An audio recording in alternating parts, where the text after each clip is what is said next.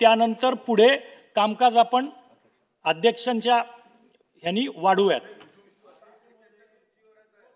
आपण करूयात ना मुनगंटीवार साहेब, करूयात आपण ते. नाना पटोले साहेब म्हणाले की एखादा मंत्री असं म्हणू शकत नाही मी मागणी करते, ते सरकार आहे. तसं तुम्ही अध्यक्ष आहात, तुम्ही का असं विचार करता की मी अध्यक्षांना विचारेन? 4 तासाची चर्चा आता आपण नाही, पण नाही सांगून द्या ना. त्याच्यापेक्षा अर्धा तास घेऊ नका, 4 तास नाही 8 तास आपण ही चर्चा करू, त्याच्यावरही भाषण देऊ ना. पण आता तुम्ही स्पष्ट सांगा, नाही तर मग पुन्हा व्यपगत करून टाकता. उद्या घ्या अर्धा तास. व्यपगत होणार नाही. ज्यांच्या अर्ध्या तास चर्चा आजच्या कार्यपत्रिकेवर दर्शवलेल्या आहेत त्या व्यपगत होणार नाही. त्या जर आज त्या कामकाजात नाही झाल्या तर त्या पुढे घेण्यात येतील.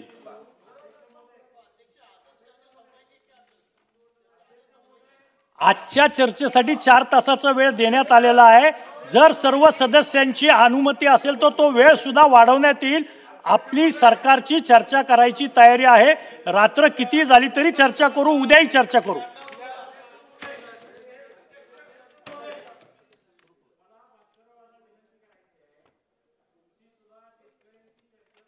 93 अन्वये या सभागृहात आणलेली आहे.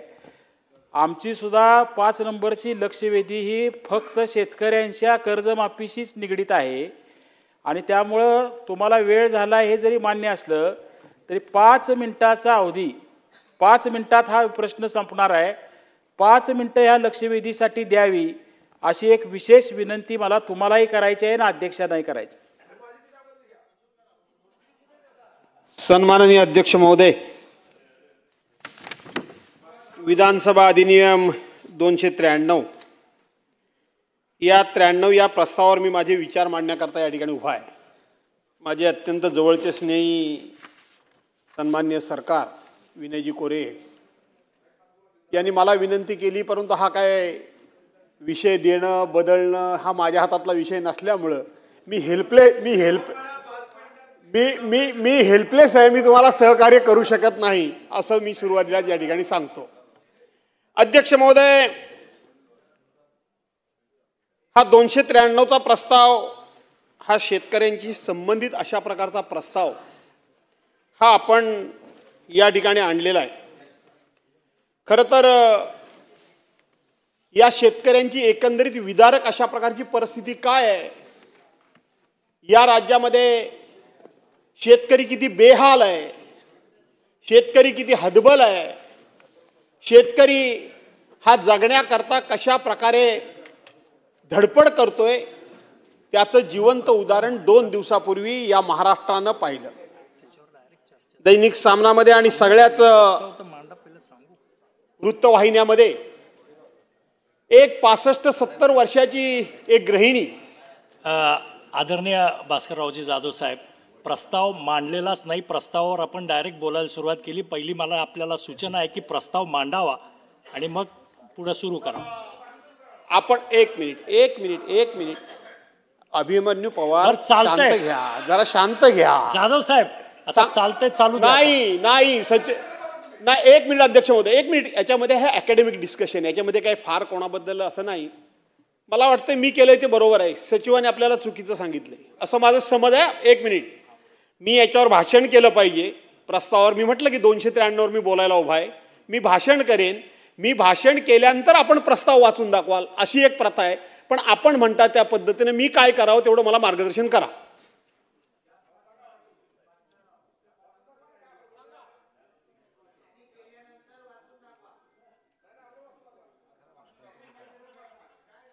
आपण कंटिन्यू करा. म्हणजे मी बोललो तेच बरोबर आहे अध्यक्ष महोदय. आपण त्याच्यानंतर हा प्रस्ताव वाचून दाखवायचा असतो. अध्यक्ष महोदय, 293वर आपण या ठिकाणी सभागृहामध्ये चर्चा करायला उभे आहोत आणि हा प्रस्ताव पूर्णपणे शेतकऱ्यांशी संबंधित अशा प्रकारचा प्रस्ताव आहे. मी सांगितलं की शेतकऱ्यांची या महाराष्ट्रामध्ये काही दैना आहे, शेतकऱ्यांचं काही विदारक अशा प्रकारची परिस्थिती आहे, सरकारचं शेतकऱ्यांच्याकडे किती दुर्लक्ष आहे याचं जिवंत उदाहरण म्हणून परवांच्या दिवशी 4 दिवसापूर्वी एक 65 ते 70 वर्षाची एक गृहिणी महिला, सहकार मंत्री आपण फार काय मनाला लावून घेऊ नये, परंतु आपल्याच जिल्ह्यातल्या आणि आपल्याच मतदारसंघातल्या सहकार मंत्र्यांच्या मतदारसंघातली एक गृहिणी डोक्यावर पदर घेऊन आपल्या नवऱ्याच्या खांद्यावर जोखड ठेवून, म्हणजे बैलाच्या जागी तिने नवऱ्याला जुंपलं गेलं आणि नवऱ्याला ती ते नांगर ओढायला, ते जोत ओढायला लावत होती. काय त्या माऊलीच्या मनाला काय वाटले असेल, किती वेदना झाली असतील, किती घरं पडली असतील. परंतु आमच्या सरकारला मात्र त्या संदर्भामध्ये काहीही देणं घेणं नाही. तो विषय गांभीर्यानं आमचे सहकारी नानाभाऊ पटोळे यांनी मांडला. मांडण्याची कदाचित पद्धत थोडी फारच आक्रमक होती. आपण त्यांना सस्पेंड केलं. दुसऱ्या दिवशी 97 अन्वये हा प्रस्ताव मी या ठिकाणी आणला. आपण त्याला मान्यता दिली नाही आणि उद्या जो विरोधी पक्षाचा जो 293चा प्रस्ताव असतो त्या प्रस्तावाच्या माध्यमातून आपण सदनासमोर या, सरकारसमोर या, अशा प्रकारचे माननीय अध्यक्ष महोदयांनी निर्देश दिले. आम्ही सकाळपासून वाट बघत होतो की 97चा प्रस्ताव, याचा अर्थ असा की सभागृहासमोरचं सगळं कामकाज बाजूला सारून त्या 97 अन्वये, नियम 97 अन्वये त्या प्रस्तावावर चर्चा सुरू करणं, याचाच अर्थ त्या प्रस्तावाचं गांभीर्य, याचाच अर्थ त्या प्रस्तावाची गांभीर्यानं दखल सरकारनं किती घेतली आहे आणि ज्याच्या बाबतीत ही दखल घेतली आहे त्याच्या बाबतीत त्या वर्गाला, त्या समूहाला त्या ठिकाणी संदेश जातो की आमच्या पाठीमागं कोणतरी आमच्या पाठीमागं उभं आहे, आम्हाला कोणाचा तरी आधार आहे. परंतु तशा प्रकारे काय आपण सरकार म्हणून त्या प्रस्तावाला चर्चेला काही मान्यता दिली नाही आणि म्हणून आता आपण या प्रस्तावासमोर त्या संदर्भामध्ये आपण चर्चा करतो आहोत. अध्यक्ष महोदय, आपण या ठिकाणी प्रस्तावामध्ये सुरुवातीलाच म्हटलेलं आहे की आपण अनेक ठिकाणी म्हणजे मे महिन्यामध्ये अवेळी पाऊस पडला आणि हा अवेळी पाऊस पडल्यामुळं अनेक ठिकाणी नदे नाले हे भरून वाहिले. नदे नाले आपल्या त्या ठिकाणी प्रवाह आहेत किंवा त्या एकंदरीत ते नाल्यांची एकंदरीत म्हणजे प्रवाहाची हद्द आहे, ती हद्द ओलांडून त्यांनी अनेक ठिकाणी तो पाऊस प्रचंड प्रमाणामध्ये पडल्यामुळं अनेक ठिकाणी नद्यांचं पाणी पात्राबाहेर गेलं. अनेक ठिकाणी दरडी कोसळून संपूर्ण जनजीवन विस्कळीत झालं. केळी असतील, पेरू असतील, द्राक्ष असतील, डाळिंब असेल, धान म्हणजे भात असेल, कांदा असेल, या सगळ्या प्रकारच्या शेतीचं पुरेपूर वाटोळं या ठिकाणी लागलं आणि शेतकरी हा पूर्णपणे हवालदिल झाला. अध्यक्ष महोदय, हा पाऊस अवेळी पडला. अशा पद्धतीचा पाऊस खरं तर अवेळी पडल्यानंतर पुन्हा पाऊस हा रेग्युलर पडतो. परंतु 14 मेला जो पाऊस सुरू झाला तो पाऊस जवळजवळ कायमच सुरू झाला. मध्यंतरी या पावसानं पूर्णपणे दडी मारली होती आणि दडी मारलेल्या पावसामध्ये सुद्धा आपण जर बघितलं तर या पावसानं खूप मोठी दाणादाण सर्वांची उडवलेली आहे. अध्यक्ष महोदय, आज आपण जर बघितलं तर 1 जानेवारी ते 31 मार्च 2025 पर्यंत या ठिकाणी 267 मराठवाड्यातल्या या आणि विदर्भातल्या शेतकऱ्यांनी आत्महत्या केल्या. 267 आत्महत्या विदर्भ आणि मराठवाड्यातल्या लोकांनी हे जानेवारी ते मार्च महिन्यापर्यंत केल्या आणि जवळजवळ गेले 15 वर्षभरामध्ये अनेक जवळजवळ हजारो शेतकऱ्यांनी अशा प्रकारच्या आत्महत्या केल्या. अध्यक्ष महोदय, आपण मागच्या निवडणुकीच्या पूर्वी या शेतकऱ्यांना आश्वासित केलं होतं, त्यांच्या अपेक्षा वाढवल्या होत्या, त्यांच्यासमोर फार मोठी स्वप्न उभी केली होती की आम्ही 7-12 कोरा कोरा कोरा कोरा आणि कोरा करू. कोरा कोरा कोरा केला, त्यांच्याकडून सत्तेवर येण्याचं काम केलं आणि आता आम्ही आमच्या सोयीनं या ठिकाणी सरकार सांगतंय की आम्ही शेतीला या ठिकाणी आम्ही शेतकऱ्यांचा कर्जमाफ तर करणारच आहोत, परंतु योग्य वेळेला आम्ही कर्जमाफ करू. योग्य वेळ म्हणजे कधी? निवडणुकीच्या पूर्वी तुम्ही लोकांना आश्वासनं दिलेत, ती आश्वासनं दिलीत ती निवडणुकीकरता दिलीत. आता पुढच्या निवडणुकीपर्यंत शेतकऱ्यांनी वाट बघायची का? तशाच पद्धतीनं अध्यक्ष महोदय, आपण महिलांना सांगितलं, महिला भगिनींना सांगितलं, लाडक्या बहिणी म्हणून सांगितलं की आम्ही 2100 रुपये तुम्हाला करून देणार आहोत. आता आपण म्हणता आम्ही बोललो नाही असं म्हणत नाही, परंतु योग्य वेळेला आम्ही देऊ. म्हणजे तुमची ही निवडणूक योग्य वेळ ही लोकांच्या भावनेशी खेळून निवडणुका जिंकणं म्हणजे योग्य वेळ. लोकांच्या भावनेशी खेळ करणं आणि सत्ता मिळवणं ही योग्य वेळ. अशा प्रकारचा संदेश एक महाराष्ट्रामध्ये गेलाय आणि हा केवळ संदेश नाही तर ही वस्तुस्थिती अध्यक्ष महोदय. आणि म्हणून आपल्याला या ठिकाणी या प्रस्तावाच्या माध्यमातून सरकारला उत्तर द्यावं लागणार आहे की आम्ही शेतकऱ्यांचं कर्ज नक्की कधी माफ करणार आहोत. आपली योग्य वेळ, ही योग्य वेळ म्हणजे ही वेळ कधी येणार आहे ही एकदा या महाराष्ट्रातल्या तमाम शेतकऱ्यांना आपल्याला सांगावं लागेल आणि शेतकऱ्यांना त्या ठिकाणी आश्वासित करावं लागेल. जो शेतकरी आत्महत्या करतोय, जो शेतकरी भयभीत झालेला आहे, जो शेतकरी बैलाच्या जागी स्वतःला जोताला जोडून घेतोय त्याला आपल्याला या ठिकाणी आश्वस्त करावं लागेल. त्याला त्या ठिकाणी आपल्या सर्वांना एक निश्चित अशा स्वरूपाचा शब्द द्यावा लागेल आणि तो शब्द केवळ निवडणूक जिंकण्याकरता नाही. जिल्हा परिषद आणि पंचायत समिती या निवडणुका आल्या आहेत, नगरपालिका महानगरपालिकाच्या निवडणुका आल्या आहेत. अध्यक्ष माझ्याकडे बघितलं तर चालेल, तुम्ही आता तिथं अध्यक्ष म्हणून आहात, पक्षाचे आमदार म्हणून नाही आहात. त्यामुळं तुम्ही माझ्याकडे बघत असताना मी सरकारच्या विरोधात बोलतोय असं समजण्याच्या ऐवजी तुम्ही अध्यक्ष आणि मी सदस्य, तुम्ही अध्यक्ष आणि मी सदस्य असं आपलं नातं आहे. आणि म्हणून जरा माझ्याकडे बघितलं मी आपण चांगलं बोलताय म्हणून आपलं ध्यानपूर्वक ऐकतो. असं होय, बरं बरं. मग मला माहित नव्हतं हे आपलं बघण्याची पद्धत. होय होय होय, चालेल. आणि म्हणून अध्यक्ष महोदय की आता जवळ जिल्हा परिषदेच्या पंचायत समितीच्या निवडणुका आल्या आहेत, नगरपालिका महानगरपालिका नगरपंचायतीच्या निवडणुका आल्या आहेत. म्हणून फक्त लोकांना गुळ लावण्याचं काम, त्यांच्या कोपराला गुळ लावण्याचं काम अध्यक्ष महोदय होता कामा नये या सरकारकडून. आणि म्हणून या सरकारनं केवळ निवडणुका जिंकण्याकरता म्हणून आम्ही लोकांच्या कोपराला गुळ लावत नाही. गुळ तर लावलाय पण कोणाच्या तोंडात काही जात नाही. अशा पद्धतीची सरकारची वागण्याची पद्धत आणि वृत्ती असता कामा नये अध्यक्ष महोदय. आणि म्हणून ठोस अशा प्रकारचा सरकारने या ठिकाणी शब्द अध्यक्ष महोदय दिला पाहिजे. अध्यक्ष महोदय, पर हेक्टरी या शेतकऱ्याला नुकसान भरपाई म्हणून सरकारनं किमान 50,000 रुपयाची तात्काळ मदत करण्याची गरज आहे. तात्काळ मदत करण्याची गरज आहे. अध्यक्ष महोदय, शेतकऱ्यांचे पंचनामे झालेले नाहीत. सकाळी या ठिकाणी सभागृहामध्ये इथं प्रश्न उपस्थित करत असताना कोणीतरी सांगितलं की जिओ टॅगिंगच्या माध्यमातून वगैरे, अरे जर रेंजच नसेल, तिथं जर नेटवर्कच नसेल तर तुम्ही अशा पद्धतीनं ऑनलाईन पद्धतीनं हे पंचनामे तुम्ही करायला सांगितलेत. सरकारच्या वतीनं अध्यक्ष महोदय हे सांगितलं गेलं की आमचे तलाठी ट्रेंड आहेत, आमचे सर्कल इन्स्पेक्टर ट्रेंड आहेत, आमचे तहसीलदार ट्रेंड आहेत. आम्ही मान्य करतो तुमचे सरकारी कर्मचारी सरकारी अधिकारी जरूर ट्रेन असतील, पण सर्वसामान्य शेतकरी अजून पुरेपूर ट्रेन व्हायला आपल्याकडे अजून खूप वेळ आहे.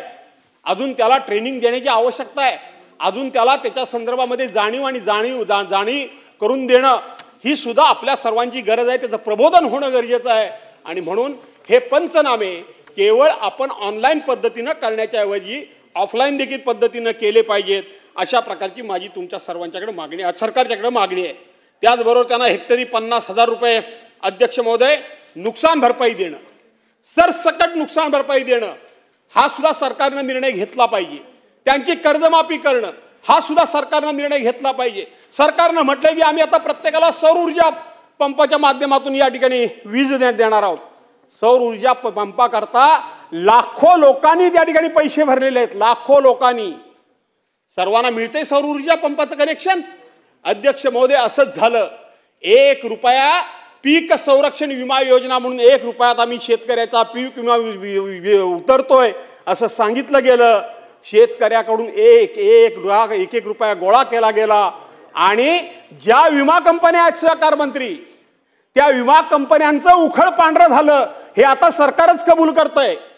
त्यावेळेला सरकारनं त्या 1 रुपया पीक विमा योजनेची खूप मोठ्या प्रमाणामध्ये भलावण केली. खूप मोठी स्वतःची पाठ स्वतःच्या हाताने थोपटून घेतली.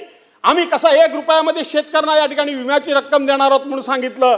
आणि शेवटी त्याच सरकारला या सभागृहामध्ये कबूल करावं लागलं की विमा कंपन्यांनी आम्हाला फसवलं. विमा कंपन्यांनी फसवलं. 1 रुपया आपण शेतकऱ्यांकडून घेतो पण बाकीचे हप्त्याचे पैसे सरकार म्हणून देतो. सरकार म्हणजे कोण? सरकार म्हणजे तुम्ही आम्ही. सरकार म्हणजे सर्वसामान्य माणूस. सरकार म्हणजे सर्वसामान्य जनता. दिसायला जनतेच्या खिशातून 1 रुपया गेला असं वाटत असेल, परंतु हप्त्याची बाकीची रक्कम सुद्धा शेतकऱ्यांच्या खिशातूनच गेली. शेतकऱ्यांच्या खिशातून गेली. आज शेतकऱ्याला आपण सांगतो की 6,000 रुपये आपण तुम्हाला त्या ठिकाणी शेतकरी सन्मान योजना म्हणून आपण तुम्हाला निधी देतो. त्याच्याकडून आपण किती रुपये वसूल करतो? एखादी फवारणी करायची असेल, बी बियाणं घ्यायचं असेल, त्याला त्या ठिकाणी कुठलीही खतं घ्यायची असतील तर कमीत कमी 18% जीएसटी घ्यावी लागते. आज कुठलंही पीक घ्या, कुठलंही पीक घेतलं तर वर्षातून किमान 60,000 रुपये हेक्टरी खर्च हा शेतकऱ्याला फवारणी करता, बियाणा करता, खतान करता, मजुरी करता हा किमान 60,000 रुपये खर्च येतो. 18 कष्टोदरसे मंत्री महोदय, आपण त्याच्याकडून एका शेतकऱ्याकडून एकराच्या मागं आपण जवळजवळ 11,000 रुपये घेतो. 11,000 रुपये आपण त्याच्याकडून घेतो. आपण काही त्याला फुकट देत नाही. आपण फक्त या ठिकाणी आव आणतो, आपण मोठमोठी प्रसिद्धी करतो, आपण मोठमोठे फलक लावतो. आता आपण तिथे बाहेर बोर्ड लावलाय सगळीकडे, अख्ख्या विधान भवनात बोर्ड आहेत. काय बोर्ड आहे अध्यक्ष महोदय? त्या ठिकाणी बोर्ड काय लावलेला आहे? चला घडवू विकसित महाराष्ट्र 2047 महाराष्ट्र व्हिजन डॉक्युमेंट. मला कळत नाही तुम्हाला की सगळ्या ठिकाणी ही जाहिरातबाजी करायची तुम्हाला काय एवढी गरज काय? एवढं चांगलं काम तुम्ही करता. कुठलंही वर्तमानपत्र हातामध्ये घेतलं ते 3-4 फोटो तेच. अरे नवीन तरी फोटो सेशन करा, जरा नवीन पद्धतीचे फोटो काहीतरी येऊ द्या. तेच फोटो, 3-4 फोटो, ती हातामध्ये कसली तरी घेतलेली ती पुस्तकं, खाली काहीतरी जाहिरात. प्रत्येक वर्तमानपत्राला लाखो करोड रुपयाच्या जाहिराती तुमच्या. त्याच्यानंतर तुम्ही त्या ठिकाणी योजना दूत निवडणुकीमध्ये नेमलेत. ह्या योजना तुम्हाला आपलं जे पब्लिसिटी डिपार्टमेंट आहे, त्या पब्लिसिटी डिपार्टमेंटचं हे काम आहे की सरकारी योजनांची पब्लिसिटी करणं, सरकारी योजनांची जाहिरातबाजी करणं, सरकारी योजना या सरकारच्या माध्यमातून सर्वसामान्य माणसाच्या घराघरापर्यंत पोहोचवणं त्या डिपार्टमेंटचं काम आहे. ते डिपार्टमेंट असताना तुमच्या ह्या रोज जाहिरातबाजी असा एक दिवस नाही, असा टीव्हीचा एक चॅनल नाही की टीव्ही ऑन केला आणि तुमचे ते जाहिरातीचे फोटो दिसले नाहीत, असा एक दिवस नाही. ही जाहिरातबाजी पूर्वी सुद्धा काही कालावधीकरता व्हायची, काही होत नव्हती असं मी म्हणणार नाही, पण त्याला काहीतरी टाइम लिमिट होतं, त्याला काहीतरी ठराविक एक कालमर्यादा होती. त्या जाहिरातबाजीला काही ना काहीतरी शेवटी मर्यादा असायच्या. रोज आता प्रत्येक वर्तमानपत्र प्रत्येक चॅनलवर तुमची जाहिरात आहे. आणि म्हणून तुमचं हे व्हिजन डॉक्युमेंट, एका शेतकऱ्यानं आपल्या खांद्यावर नांगर घ्यावा आणि नांगर घेऊन त्यांनी त्या ठिकाणी नांगर ओढावा आणि त्याच्या पत्नीनं तो नांगर हाकावा, हे तुमचं व्हिजन डॉक्युमेंट, हे तुमचं व्हिजन, ही तुमची शेतकऱ्यांबद्दलची कणावा, ही तुमची शेतकऱ्याबद्दलचा कळवळा, हे तुम्हाला शेतकऱ्याबद्दलचं प्रेम. अशा पद्धतीनं जाहिरातबाजीनं निवडणुका जिंकता येतात, परंतु राज्याची प्रगती, देशाची प्रगती अशा जाहिरातबाजीनं होत नसते. सर्वसामान्य माणसाच्या दुःखाच्या जाहिरातीबाजी करून चालत नाही, तर सर्वसामान्य माणसाच्या सुखदुःखाशी समरस व्हावं लागतं. आणि जो समरस होतो त्याला सर्वसामान्य माणसाच्या समस्या कळतात आणि तोच सर्वसामान्य माणसाच्या समस्या सोडवू शकतो. त्यामुळं पहिल्यांदा आपल्याला सर्वसामान्य माणसाच्या सुखदुःखाशी समरस व्हायला पाहिजे, ही माझी आपल्याला विनंती आहे. अध्यक्ष महोदय, मी कोकणातून आलो. कोकणाच्या बाबतीत बोलत असताना अध्यक्ष महोदय मला सांगितलं पाहिजे की यंदा 14 मेला पाऊस पडला. साधारणपणे अध्यक्ष महोदय 25 मेला इथं आमच्या ताई बसल्या आहेत, आपल्याकडे रोहिणी सुरू होते 25 मेला आणि 25 मेला आपल्या कोकणामध्ये पेरणी सुरू होते. पेरणी 25 मेला सुरू होते, मुहूर्त होतो. पण यंदा मुळातच पाऊस पडला तो 14 मेला पडला. 14 मेला अध्यक्ष महोदय पाऊसच इतका पडला की जिकडे तिकडे पाणी झालं. नदी नाल्यात तमाम भरून गेले अध्यक्ष महोदय नदी नाले. कोकणामध्ये एकच पिकी शेती आहे, दुबार शेती नाही. सरकारने जरी खतं दिली, बियाणं दिली, सरकारने कितीही मदत केली तरी दुसऱ्यांदा कोकणामध्ये पेरणी होत नाही. पेरणी करायला चान्सच नाही. सरकारने कितीही मदत करायचं म्हटलं तरी सुद्धा कर्ज कोकणातले लोक घेतच नाही. त्यामुळे त्यांच्या हप्त्यांचं रिशेड्युलिंग वगैरे होण्याचा प्रश्नच उद्भवत नाही. आणि म्हणून अध्यक्ष महोदय, यंदा कोकणामध्ये हे पाऊस अचानक पडला, नंतर 15 दिवस पाऊस गेला, थोडीशी पेरणी आम्ही केली नाही अशातला भाग नाही. माझी सुद्धा वेळेवर लावणी व्हायची, ती अजून लावणी झाली नाही. उद्यापासून मी जाणार आहे लावणीवर पुढचे 2-4 दिवस. हे नंतर अधिवेशन, नंतर बाकीचं सगळं, कारण मला माझी शेती केली पाहिजे, दुसरं खायचं काय. आणि शेतातलं तुम्ही धान्य खातो हे सगळ्यांना माहिती आहे. आणि म्हणून अध्यक्ष महोदय, त्याला दुबार पेरणी करता म्हणून काहीही चान्स नाही, त्याला मदत करा. दुसरी गोष्ट अध्यक्ष महोदय, कोकणामधला आंबा, फणस, काजू हे साधारणपणे खऱ्या अर्थानं पूर्वी जो आंबा येतो तो काहीतरी कल्टार बिल्टार सारखं केमिकल वगैरे टाकून तो पिकवलेला आंबा असतो. पण जी पूर्वीची पिढीजात जी झाडं आहेत, वाडवडिलांनी पूर्वी जुनी लावलेली झाडं आहेत, या झाडांचा खरा ओरिजिनल आंबा कुठल्याही प्रकारचं खत न घालता, कुठल्याही प्रकारची फवारणी न करता जो आंबा पिकतो तो एप्रिलच्या शेवटच्या आठवड्यापासून आणि मेच्या पहिल्या आठवड्यापासून तो पिकायला लागतो. यंदा 14 मेलाच पाऊस पडला. आंबा जो होता नव्हता, मध्ये पाऊस पडला त्यामुळे त्याचा मोहर गेला, अतिउष्णता झाली म्हणून त्या मोहर करपला. आणि म्हणून अध्यक्ष महोदय, त्या आंबा बागायतदाराला सुद्धा आंबा मिळाला नाही, आंबा मिळाला नाही. कोकणामध्ये पर्यटनाच्या माध्यमातून आम्हाला 4 पैसे मिळतात, परंतु मे महिन्यामध्ये संपूर्णपणे ही रस्त्यातली सगळी व्यवस्था विस्कळीत झाली. त्यामुळं पर्यटक सुद्धा कोकणामध्ये मोठ्या प्रमाणामध्ये जाऊ शकले नाही. तिथेही आमची अडचण झाली. अध्यक्ष महोदय, आणखीन एक अडचण मोठी झाली, ती मासेमारांची अडचण झाली. मासेमारी साधारणपणे आपण सरकारी नियमाप्रमाणे 1 जूनला बंद करतो, 1 जूनला बंद करतो. परंतु 14 मेलाच उधाण आल्यामुळं, 14 मेलाच समुद्र खवळल्यामुळं, 14 मेलाच या ठिकाणी अवकाळी पाऊस पडल्यामुळं त्यांना त्यांच्या होड्या बाहेर काढाव्या लागल्या. आणि अध्यक्ष महोदय, त्यांची मासेमारी सुद्धा बंद पडली. म्हणजे पर्यटन अडचणीत आलं, बागायतदार अडचणीत आला, शेतकरी अडचणीत आला, मच्छीमार देखील अडचणीत आला, मच्छीमार देखील अडचणीत आला. आणि म्हणून त्याला पॅकेज दिलं पाहिजे अध्यक्ष महोदय, पॅकेज दिलं पाहिजे. अध्यक्ष महोदय, रायगडमध्ये रब्बी पीक घेतलं जातं, रायगडमध्ये काही पावसाळी भात शेती होते. मी त्या एप्रिल मे महिन्यामध्ये त्या रस्त्यानं जात असताना डोळ्यातून पाणी आलं. सगळं शेत पिवळं धम्मक पिकलेलं होतं, सगळ्या शेतामध्ये भात तयार होतं. तुम्ही विदर्भातली मंडळी आमची धान म्हणते, आम्ही भात म्हणतो. हे सगळं होतं पिवळं धम्मक, सगळी शेतं होती. वरून धो धो धो पाऊस पडला. अध्यक्ष महोदय, ते तयार झालेलं भात घेऊन जाणार कुठं, ते बाहेर काढणार कसं, त्याची कापणी करणार कशी, ते खाली कोसळल्यानंतर 3ऱ्या दिवसाला भात रुजतं, त्याला रुजतं अक्षरशः भात ते 3ऱ्या दिवशी. आणि म्हणून शेतकऱ्यांनी केलेली मेहनत त्याच्या डोळ्या देखत त्या ठिकाणी पूर्णपणे नाश पावली. रायगडमध्ये सुद्धा ही परिस्थिती निर्माण झाली, रायगडमध्ये ही परिस्थिती निर्माण झाली. आणि म्हणून मी मगाशी कांदा म्हटलं, पेरू म्हटलं, बाकी सगळं धान म्हटलं, हा जसा कांदा म्हटलं, असा जसा शेतकरी अडचणीत आलाय, तशाच पद्धतीनं अध्यक्ष महोदय, कोकणातला शेतकरी सुद्धा फार अडचणीत आलाय. त्याला या ठिकाणी पॅकेज देण्याची गरज आहे. मी धन्यवाद देतो सरकारला की सरकारनं मध्यंतरी एक घोषणा जाहीर केली की आम्ही शेती या मत्स्यमारीला शेती व्यवसायाचा दर्जा दिला. गेली 10-15 वर्ष अनेक वेळेला सभागृहामध्ये आणि सभागृहाच्या बाहेर आणि स्वतः मत्स्य विकास राज्यमंत्री असताना सुद्धा आपण प्रयत्न हा करत होतो की या मत्स्य व्यवसायाला शेतीचा दर्जा द्यावा, शेतीचा दर्जा मिळावा, म्हणून आपण प्रयत्न करतो. तो सरकारने दिलं, मी सरकारचं अभिनंदन करतो, मी सरकारचं अभिनंदन करतो. पण अजूनही त्याच्यामध्ये स्पष्टपणा आहे अध्यक्ष महोदय. तुम्ही त्या मत्स्य व्यवसायाला शेतीचा दर्जा दिला म्हणजे काय केलं, त्याची काय स्पष्टता अजून कुठे दिसत नाही. त्या संदर्भातला GR निघालेला कुठे वाचनामध्ये येत नाही.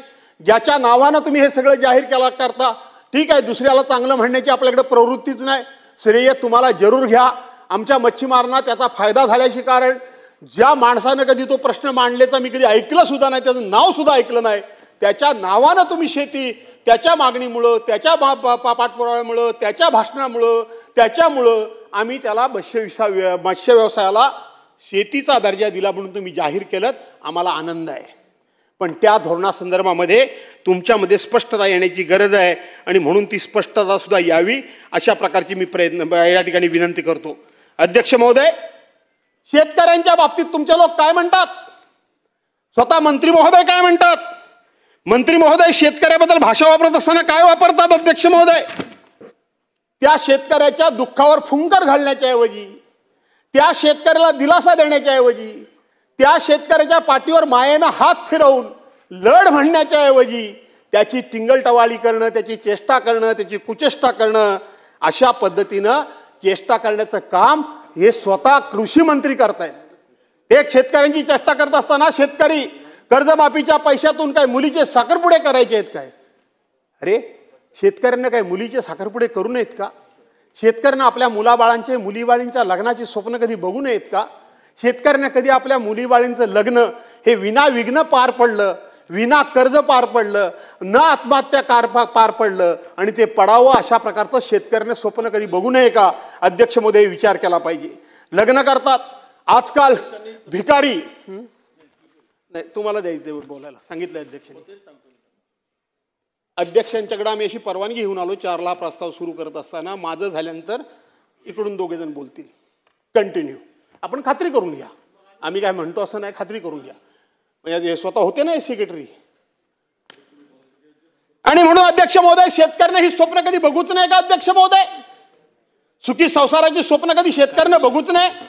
काय म्हणाले मंत्री? मंत्री म्हणाले आजकाल भिकारी सुद्धा 1 रुपया घेत नाही. आम्ही शेतकऱ्याला 1 रुपयामध्ये पीक विमा योजना दिली. त्या पीक विमा योजनेचे कसे धिंडवडे निघाले सहकार मंत्री महोदय ते मी तुम्हाला आत्ता सांगितले.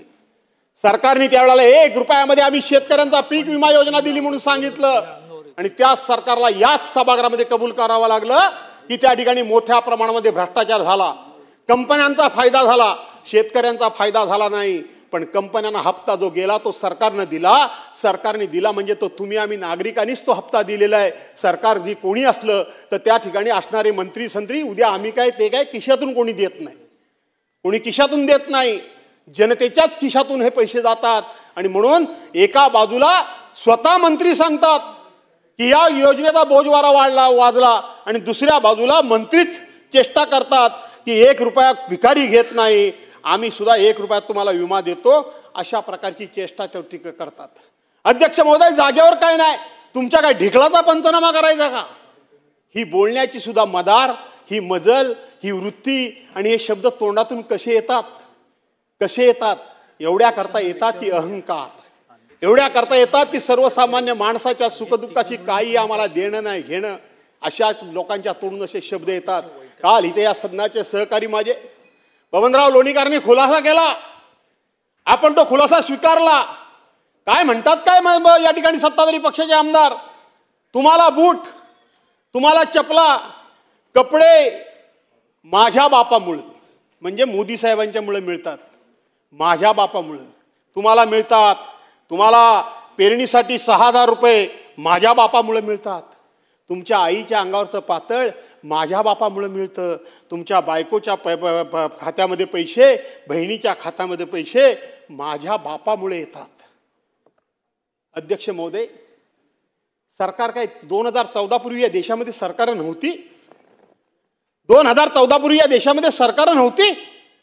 2014 नंतर सरकार आली, याच्या पुढे सुद्धा काही सरकार येणार नाहीयेत. ही लोकशाही आहे, ती अजरामर राहिली पाहिजे. याकरता म्हणून तुम्ही आम्ही सगळ्यांनी काम केलं पाहिजे, झटलं पाहिजे.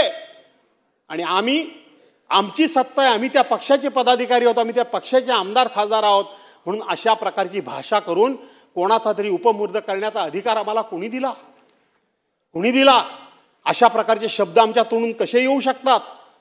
शेवटी माणसानं मोठेपणा त्याच माणसाला शोभून दिसतो की ज्याच्यामध्ये नम्रता असली पाहिजे, नम्रता असली पाहिजे. अरे फळझाड, एवढं मोठं फळझाड ज्यावेळेला लागतं, ज्या वेळेला ते बहरतं, त्याच्यावर अनेक फळं लागतात, त्यावेळेला ते फळझाड असं ताट उभं राहत नाही, ते फळझाड वाकतं, ते झुकतं. याचा अर्थ त्या फळझाडाला सुद्धा, मुख्या फळझाडाला सुद्धा माहिती असतं की आज जरी मी फळांनी बहरलेलं असेल तरी सुद्धा मला फुलं यावीत, मला फळं लागावीत, मी फुलांनी भरावं म्हणून कोणाच्या तरी हात माझ्याकरता राबलेले आहेत. कुणीतरी माझी मशागत केलेली आहे, कुणीतरी माझ्या बुंदामध्ये 4 खताचे दाणे टाकलेले आहेत, कुणीतरी झारीभर पाणी मला माझ्या बुंदामध्ये टाकलंय, म्हणून मी बहरलोय, म्हणून मी फळात आलोय. हे त्या मुक्या झाडाला कळतं, ते आमच्यासारख्या चालत्या बोलत्या माणसांना का कळू नये? कशा करता हा अहंकार? सत्तेमध्ये काय आपणच फक्त आलो की काय? यापूर्वी देखील अनेक लोक होऊन गेले, याच्यानंतर देखील होणार आहेत. हे लक्षात ठेवा, तुम्ही हे लक्षात ठेवा. हे लक्षात आपण सर्वांनी ठेवलं पाहिजे. म्हणून मी म्हटलं की लागत्या फळाच्या झाडाप्रमाणे सत्ताधाऱ्यांनी नम्र असलं पाहिजे. खोपडे सरकार, तुम्ही या सभागृहामध्ये इकडं पण बसत होतात, इकडं आम्हीही बसत होतो. इकडं नाताभाऊ खडसे होते, विरोधी पक्ष नेते, बरोबर आहे. बाजूला सुधीर भाऊ बसलेले असायचे, त्याच्या बाजूला गिरीश भाऊ बसलेले असायचे, त्याच्या बाजूला गिरीश भाऊ बापट बसलेले असायचे, बरोबर आहे. आणि इकडे देवेंद्रजी बसलेले असायचे, त्याच्या बाजूला गिरीश भाऊ बापट बसलेले असायचे. हे काँग्रेसवाले हे मंत्रिमंडळामध्ये होतो, आम्ही मंत्रिमंडळामध्ये होतो. मी सुद्धा कधी कधी एक्साइट व्हायचो. इतकं हे लोक बोलायचे, आज एक शब्द ऐकून घेत नाहीत तुम्ही. इतकं बोलायचे, सरकारला एवढे अस्लाद्य शब्द वापरायचे. शिवीगाळा शब्द मी वापरत नाही, मी अस्लाद्य वापरतोय. एवढे वापरायचे हे काँग्रेसवाले, हे मंत्री संत्री, एकदा असा कान आणि एकदा असा कान. बडबडायचं किती ते बडबडा. मी स्वतः असं म्हणायचो, अरे काय एवढं ऐकून घेता, कशा करता ऐकून घेता, काय काय ते बोलले. त्यावेळेला हेच लोक मला समजावून सांगायचे, हे जयंतराव बाजूला बसलेले आहेत, असू दे, आपण सत्तेमध्ये आहोत, आपल्याला अनेक ठिकाणी न्याय मागायला जागा आहे, आपल्याला अनेक ठिकाणी आपली कामं करून घ्यायला जागा आहे, आपल्याला सत्तेचा आधार आहे. त्यांना आधार कोणाचा आहे? किमान त्यांना बोलण्याचं समाधान सत्ताधाऱ्यांना मिळतंय, बोलू देत, आपण सत्ताधारी आहोत, आपण ऐकून घेतलं पाहिजे, हे लोक मला सांगत होते. आणि हे लोक वाटेल ते बोलत होते. समजून घ्या, सत्ताधारी पक्ष आणि विरोधी पक्ष याचं नातं कसं असलं पाहिजे. समीरजी, कुणाल, तुम्ही पण आपण एकत्रच काम केलेलं आहे. हसताय तुम्ही, ठीक आहे, परंतु आपण एकत्रच काम केलेलं आहे. हे सगळं आपण ऐकलंय. अनेक मंत्री आपण बघितले, अनेक मुख्यमंत्री बघितले, अनेक अध्यक्ष आम्ही बघितले, नाही अशातला भाग नाही. पण अशा प्रकारची भाषा वापरण्याचा अहंकार, आणि मला त्यांना कोणीतरी झापलं, त्यांना कोणीतरी बडबडलं, त्यांना कोणीतरी तंबी दिली, त्यांना कोणीतरी सस्पेंड केलं, असं कुठं ऐकायला मिळालं नाही. पण नाना भाऊ नुसते तिथं डायसवर गेले, 1 मिनिटात सस्पेंड. 1 मिनिटात सस्पेंड तुम्ही केलं. कधी केलं? अध्यक्ष सातत्यानं मी आता त्याच्यावर बोलणं बरोबर नाही. माननीय मुख्यमंत्री महोदय म्हणतात की नाना भाऊनी माफी मागितली पाहिजे, पण माफी मागण्याचा अवधी सुद्धा आपण त्यांना दिला नाही. म्हणून अध्यक्ष महोदय, या ठिकाणी शेतकऱ्यांच्या बाबतीत फक्त आणि फक्त भाषण करून पोट भरणार नाही. अध्यक्ष महोदय, भाषण करून पोट भरणार नाही. एक माझ्या कोकणातला आणखीन एक विषय मला मांडला पाहिजे. इथं मंत्री महोदय कोकणातले बसलेत, किती गांभीर्याने घेतात मला माहित नाही, पण ऐकतात बऱ्यापैकी माझं. आपण काजू बोर्ड काढण्याचा इथे घोषणा जाहीर केली आपल्या सरकारने. आपण गेल्या वर्षी काजू बिला प्रत्येक किलोच्या पाणीमागे 10 रुपये अनुदान द्यायचं घोषणा आपण केली. सहकार मंत्री, तुम्ही ऐकून घ्या, तुमच्या खात्याशी हा संबंधित विषय आहे. सभागृहामध्ये उत्तरामध्ये सांगा तुम्ही. ते 10 रुपये कोकणाला किलो मागे देण्याची घोषणा केली, पण प्रत्यक्षपणे त्या संदर्भातला GR, त्या संदर्भातली ऑर्डर कधी गेली? काय मंत्रिमंडळामध्ये बसून करताय? ऑर्डर गेली जुलै महिन्यामध्ये. योगेशजी, जुलै महिन्यामध्ये गेली. आपली काजू जून महिन्यामध्ये राहते का शिल्लक? मेच्या एंडलाच काजू संपून जातो ना. जुलै महिन्यामध्ये ऑर्डर गेली. ऑर्डर काय गेली की आम्ही किलोला 10 रुपये तुम्हाला अनुदान देणार आहोत, पण आम्हाला जीएसटीचं बिल द्या. जीएसटीचं बिल? अरे किरकोळीमध्ये भैयाना काजू लोक देतात, जीएसटीचं बिल देणार कुठं? तुमचा GR गेला ह्याच्यामध्ये जुलैमध्ये, तुमची ऑर्डर गेली जुलैमध्ये, मे महिन्याच्या एंडलाच काजू सगळा संपला, आणि तो तुम्हाला बिल कुठलं देणार? आम्ही म्हटलं इकडचं तिकडचं बिल द्या, 2-10 पैसे तुम्हाला 4 पैसे मिळतील ते पदरात पाडा. ते म्हणले जीएसटीचं बिल पाहिजे. कुठून आणणार जीएसटीचं बिल? किती पैसे दिलेत ते जाहीर करा. फसवी योजना, कोकणाकरता एकमेव असलेली योजना, दुसरी सिंदूरच नसलेली योजना, तीही बंद झाली आहे. आता मत्स्य विकास मंत्री इथं या ठिकाणी नाही आहेत, त्यांचं आणि माझे वैचारिक मतभेद जरूर असू शकतात, पण त्यांना मी भेटून सांगत असतो कोकणाकरता काय काय करा. तुम्ही मत्स्य शेती जाहीर केले, तुम्ही केलेत, तुम्हाला श्रेय देऊ द्या का न देऊ दे तो भाग वेगळा, पण कोकणाकरता त्या मत्स्य शेती म्हणून त्याचं स्वरूप काय असणार त्या संदर्भामधली एकदा स्पष्टता या ठिकाणी येणं गरजेचं आहे. मच्छीमारांच्या घराखालच्या जमिनी नावावर करण्याकरता 10-11 वर्ष मीच घालवली. आता ती जी सुरुवात झालेली आहे त्याचीही पूर्तता करा. अध्यक्ष महोदय, ही तुम्हाला विनंती करतो. आणि त्याचबरोबर आपण इथं सरकारची अवस्था काय आहे शेतकऱ्यांच्या प्रती, आणि ह्या राज्यामध्ये सरकारचं काय दिवाळं वाजलंय, आणि हा सरकार किती अशा पद्धतीनं शेतकऱ्यांच्या जीवाशी खेळतंय, त्याचाच एक रिपोर्ट आज लेखी स्वरूपामधला अध्यक्ष महोदय तुम्ही पण प्रश्नावली हातामध्ये घ्या. आजच्याच प्रश्नावलीमध्ये सरकारनं लिखित स्वरूपामध्ये या ठिकाणी प्रश्न क्रमांक 29 या विकास ठाकरे आणि बाकीचे सदस्य आहेत त्यांनी विचारलेल्या प्रश्नाला या ठिकाणी मंत्री महोदयांनी उत्तर दिलंय की होय होय राज्यात 1,82,433 कुपोषित बालकं आढळली. हे तुमच्या सरकारचं लिखित उत्तर आहे. ही तुमच्या सरकारची खरी खरी खरी वस्तुस्थिती आणि हे सरकारचं खरं रूप आणि स्वरूप आहे. रूप आणि स्वरूप आहे.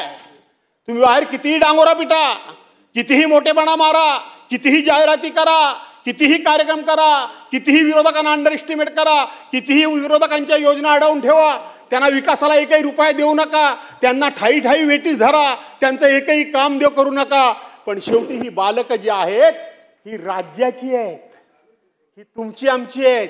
तुम्ही राज्याचे ट्रस्टी आहात, तुम्ही राज्याचे मायबाप आहात. मायबाप सरकार म्हटलं जातं. मायबाप सरकारनं मायबाप या दोघांची भूमिका आणि जबाबदारी काय असते ही समजून, कर्तव्य काय असतात ही समजून घेण्याची गरज आहे. मी हे डिटेल्समध्ये सांगत नाही, परंतु आपण स्वतःहून कबूल केलंय की राज्यात 1,82,443 कुपोषित बालकं आढळली असून बाकीची गंभीर बालकं 30,800 आहेत. सकाळी इथं आरोग्याच्या विषयावर बरेच प्रश्न झाले. आरोग्याच्या बाबतीत आम्ही सातत्यानं सांगत होतो की सगळे सभागृहातले सदस्य, कोणी एकटा असं मी म्हणत नाही, आणि म्हणून सातत्यानं सभागृह सांगत होतं की या राज्यातली आरोग्याचे 3-13 वाजलेले आहेत. त्याचं हे बोलकं उदाहरण आहे. आणि हा तुम्ही दिलेला लिखित स्वरूपाचा दस्तऐवज आहे, हा माझ्या हातातला दस्तऐवज नाही. आणि म्हणून यावरून हे सरकार शेतकऱ्यांच्या विरोधात कसं आहे, हे सरकार स्वतःच्या लोकांकरता कसं काम करतंय आणि सर्वसामान्य माणसाकरता काम कसं करत नाही, त्याचं हे जिवंत उदाहरण आहे. यापेक्षा फार काय मला बोलायची आवश्यकता वाटत नाही. आणि म्हणून 2-4 मुद्दे मी या ठिकाणी मांडले की आपण हेक्टरी 50,000 रुपयाची मदत ही शेतकऱ्यांना नुकसान भरपाई करता करा. त्या रायगडमध्ये सगळं भिजलेलं भात, कोकणामध्ये त्या ठिकाणी न झालेली पेरणी, मासेमारी, पर्यटन व्यवसाय, फळबागा ह्या उद्ध्वस्त झाल्या, त्यांना पॅकेज द्या. त्याचबरोबर केळी असतील, पेरू असतील, द्राक्ष असेल, डाळिंब असेल, धान असेल, कांदा असेल, अशा प्रकारची शेतकऱ्याची झालेलं वाटोळं, हे वाटोळं सुद्धा आपण सर्वांनी समजून घेण्याची गरज आहे. आणि म्हणून त्यांना मदत करा. राहिला प्रश्न इथे या ठिकाणी थोडासा एक शेवटचा मुद्दा जो आम्ही मांडलेला आहे तो 12,000 रुपये शिपायाने 10,000 रुपये तुटपुंजा पगारामध्ये सगळे क्लास 3 क्लास 4 हे सगळे आउटसोर्सिंग, सगळा कर्मचारी वर्ग आउटसोर्सिंगचा. एका बाजूला मराठा समाजाला आरक्षण आम्ही देणार काय, ओबीसी मध्ये आम्ही कोण काय त्याच्यात दाखल करणार नाही, आणि 17 इतर जाती दाखल केल्या, 1% त्यांचा आम्ही करू देणार नाही. आम्ही जातीला आरक्षण मिळावं म्हणून भांडतोय. आणि ज्या जातीचा शेवटचा टप्पा, शेवटच्या नोकऱ्या, या नोकऱ्या सरकारने पूर्णपणे संपवलेल्या आहेत. या नोकऱ्या सरकारने पूर्णपणे संपवलेल्या आहेत. या नोकऱ्या सगळ्या आउटसोर्सिंगच्या माध्यमातून सरकारने या ठिकाणी भरायचं काम सपाट्यानं सुरू केलेलं आहे. आणि म्हणून सगळ्यांनी सावध राहण्याची गरज आहे. हा सगळा फक्त या ठिकाणी ह्या बोटावरची थुंकी त्या बोटावर खेळवण्याचं काम सरकार करतंय. आणि म्हणून पुन्हा एकदा मी तुम्हाला सांगतो, सिक्युरिटी बोर्डाचं सुद्धा 3-13 वाजलेत. आज सकाळी एक प्रश्न होता, त्या प्रश्नावर आपण जाऊ म्हणून विचार केला होता पण त्या प्रश्नापर्यंत आपण पोहोचलो नाही. माथाडी कामगारांच्या संदर्भातला प्रश्न होता. खरं सांगायला गेलं तर ज्या ठिकाणी आस्थापना असते त्या ठिकाणी माथाडी कामगार असला पाहिजे नियमाप्रमाणे. पण आमच्या कोकणामध्ये एवढा मोठा इंडस्ट्री एरिया आहे, काय करतं काय माथाडी कामगार बोर्ड, काय करतं काय सिक्युरिटी बोर्ड. सिक्युरिटी बोर्डाच्या माध्यमातून त्या ठिकाणी सिक्युरिटी गार्ड घेतले पाहिजेत, परंतु प्रायव्हेट कुठली तरी एजन्सी नेमायचे, त्यांचे गार्ड घ्यायचे, आणि आमच्या स्थानिक पोरणा किमान सिक्युरिटी गार्डचं सुद्धा काम जमणार नाही. असं कुठं झालंय? सिक्युरिटी गार्डचं सुद्धा ते काम जमू शकतं. आणि म्हणून या सगळ्या बाबतीत सरकारनं सामान्य माणूस नजरेसमोर ठेवून आजपर्यंतची जी राज्य आम्ही बघितली तो कॉमन मॅन, सामान्य माणूस नजरेसमोर ठेवून योजना आखल्या गेल्या, नजरेसमोर ठेवून. आता अदानी, अंबानी अशा प्रकारचे लोक नजरेसमोर ठेवून योजना आखल्या जात आहेत, घोषणा मोठ्या मोठ्या केल्या जात आहेत. Digital India, make in India, stand up India, sit down India वगैरे वगैरे वगैरे वगैरे. कुठे आहे सगळं? कुठे आहे सगळं? राज्यामध्ये आज किती पोरं बेकार आहेत, बेकारीची संख्या काय आहे, याचा विचार आपण सर्वांनी मिळून करण्याची गरज आहे. आणि म्हणून सामान्य माणूस जगाबरोबर आपण गेलं पाहिजे, जगाबरोबर स्पर्धेमध्ये आपण उतरलं पाहिजे. जगाच्या बरोबरीनं जायचं असेल तर जगातली प्रत्येक ऍडव्हान्स टेक्नॉलॉजी आपण अडॉप्ट केली पाहिजे. याच्याशी काही दुमत असण्याचं कारण नाही. पण हे करत असताना सामान्य माणूस काय करणार, सामान्य माणसाचं काय होणार, सामान्य माणसाचा राडघाडगं, संसाराचं राडघाडगं कसं चालणार, याचा विचार जर करायचा असेल तर शेतकऱ्याच्या मागे तुम्हाला उभं राहावं लागेल, कामगाराच्या मागे तुम्हाला उभं राहावं लागेल. अशा प्रकारची या ठिकाणी विनंती करतो. पुन्हा एकदा आपल्या सर्वांना, यानंतर माझे सहकारी या ठिकाणी बोलणारच आहेत. 2024 मध्ये 3588 मृत्यू झालेत, 20 वर्षात जवळजवळ 72,000 मृत्यू झालेत. त्या संदर्भामध्ये सुदैवाने मी त्याच्यात मोठेपणा सांगत नाही की ज्या कोकणाचं आम्ही प्रतिनिधित्व करतो त्या कोकणामध्ये ही आत्महत्या करण्याची वगैरे काही लागण अद्यापपर्यंत लागलेली नाही. पण योगेशजी, तुम्ही गृहराज्यमंत्री आहात, तुम्ही माहिती घ्या, आपल्या रत्नागिरी जिल्ह्यामध्ये सुद्धा, सिंधुदुर्गामध्ये सुद्धा एखादी घटना घडली असं माझ्या वाचनात आहे, मी कन्फर्म नाही, परंतु आपल्या रत्नागिरी जिल्ह्यात सुद्धा यंदा 3-4 आत्महत्या झाल्या. त्या 3-4 सुद्धा जसं इकडच्या भागामध्ये तसंच त्या भागामध्ये आपल्याकडं हताश होऊन खिशामध्ये पत्र लिहून ठेवलं की कर्जबाजारीपणामुळं, शिक्षण घेऊन नोकरी नसल्यामुळं, शिक्षण घेऊन लग्नकार्य होत नसल्यामुळं, शिक्षण घेऊन मी माझ्या आईवडिलांना कुठेही मदत करू शकत नसल्यामुळं मी हताश होऊन आत्महत्या करतोय. अशा 3-4 आत्महत्या सुद्धा आपल्याकडे झालेल्या आहेत.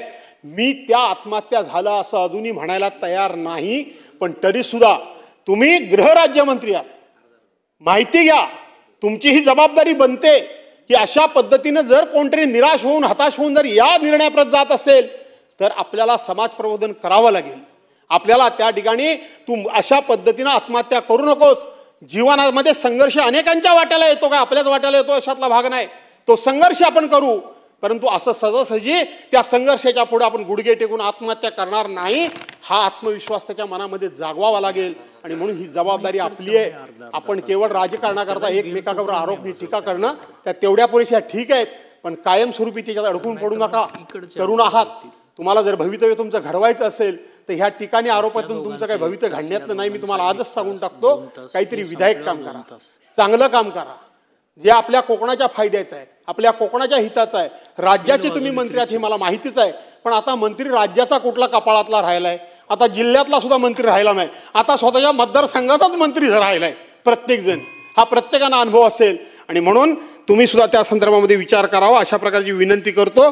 आणि ह्या 293च्या माध्यमातून या सरकारनं अहंकार सोडावा, मुजोरी सोडावी, शेतकऱ्यांचा उपमर्द करणं सोडावं, शेतकऱ्यांना नांगराला जुंपण्याचं पाप या सरकारनं करू नये, शेतकऱ्यांना मदत करावी आणि शेतकऱ्यांचे आशीर्वाद घ्यावेत, अशा प्रकारचा आग्रह करून मी माझे विचार थांबवतो. जय हिंद, जय महाराष्ट्र. सन्माननीय सदस्य गोपीचंद पडळकर.